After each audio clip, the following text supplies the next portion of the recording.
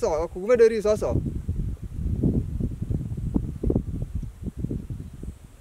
adigu dhabaga soo hay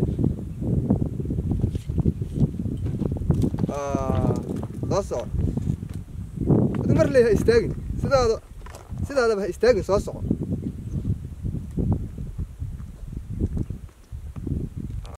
أنا كرتك عن كرتك تك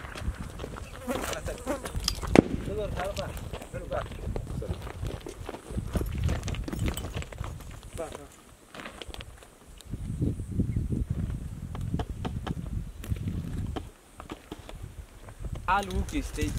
وحده ما لوجد والله ما جرسي هذا شو اللي شرف له كلام له ونظام واي سو دواو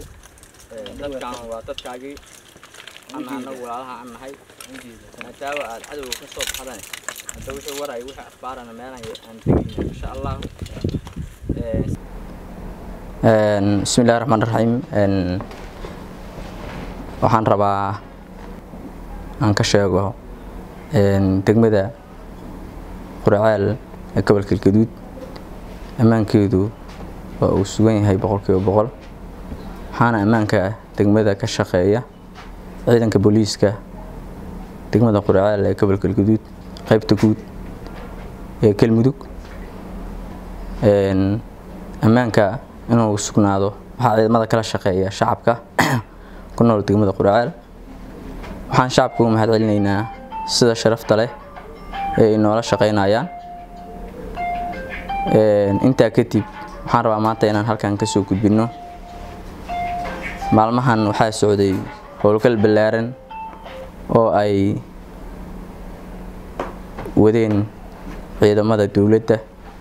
federaalka Soomaaliya iyo kuwa Galmudug iyo ciidamada militariga howlgalkii waayahan ka socday deegaamada oo looga sifeynayay nimankan khawaarijta ah al-shabaab ayaa maalmahan socday xaqiiqdii annaga booliiska qayban ka ahayn howlgalkaas oo ay Galmudug ka socday madaxweynaha dowlad goboleedka Galmudug Axmed Cabdi Kaari Qorqor iyo taliska booliiska intaba ay amreen booliiska annagu qaybtana waa ka qaadanayeen militariguna hata qaybahooda kala duwan qaybta 12aad iyo guutada 15aad intaba howlgalka waa ay wadeen anagoo booliisana waan ka karab siineynay militariga alxamdulillah kuula badan ayaa laga gaaray khawaarijtu aaday u tabaryar tahay aaday u daciiftay waxay u baahan tahay halkanka in la sii laba jubaaro oo cadowgaas khawaarijta ah lagu cibaadeysto xaqiiqdii qofkii khawaarijta ku dhinto waa qof jaanis fiican haysta ilaahay subxaanahu wa ta'aala waxaan ka rajaynaynaa hadda waa dhimanaynaa oo dhimashan ku xukumanahay in aan jaaniskaas ilaahayna siiyo khawaarijta ayaga gacantooda aan ku baxno waxaan aad u jeclaan lahayn in lagu adkaysto la dagaalanka khawaarijta waa jaanis furan oo cibaado ah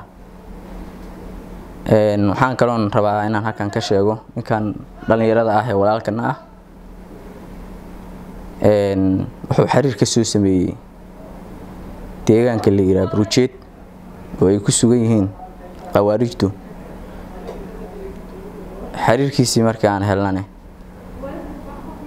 xaqiiqdii ciidamada guutada 15aad iyo kuwa booliiska ciidamada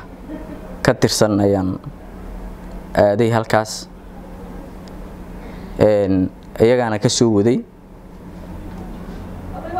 meesha la yiraahdo Brujeedina ka soo wadeen wuxuuna ka soo fakaday khawaarijta waxyaabihii uu ku arkay iyo sida maanta taradoodu marayso iyo sida ay u daciifeen yihiin iyo jabka iyo himxumada hayda intana hadii Allah idmo waa uu noo warbixi doonaa insha Allah waxaan rabaa hadii Allah idmo in aan ummadda Soomaaliyeed aan la wadaagno iyo mas-uuliyadda inaga sarreysaba qawaarijo inay jabtay.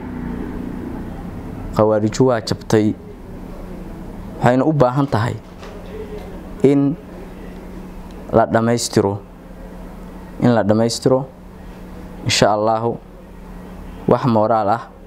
iyo wax niyad ah ay hayaan ma jiraan. macluumaadka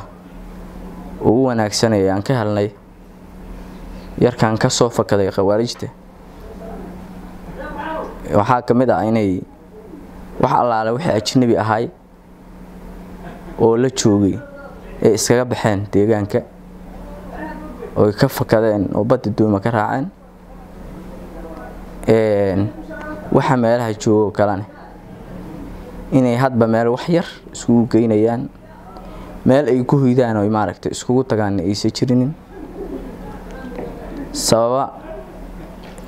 jira cabsi ka haysa ciidamada dawladda qaranka Soomaaliyeed iyo kuwa dawlad goboleedka Galmudug intaba. waxaan rabaa hadii Allah idmo inaan ninkan ku soo dhaweeyo insha Allah. marka waa mahadsantihiin.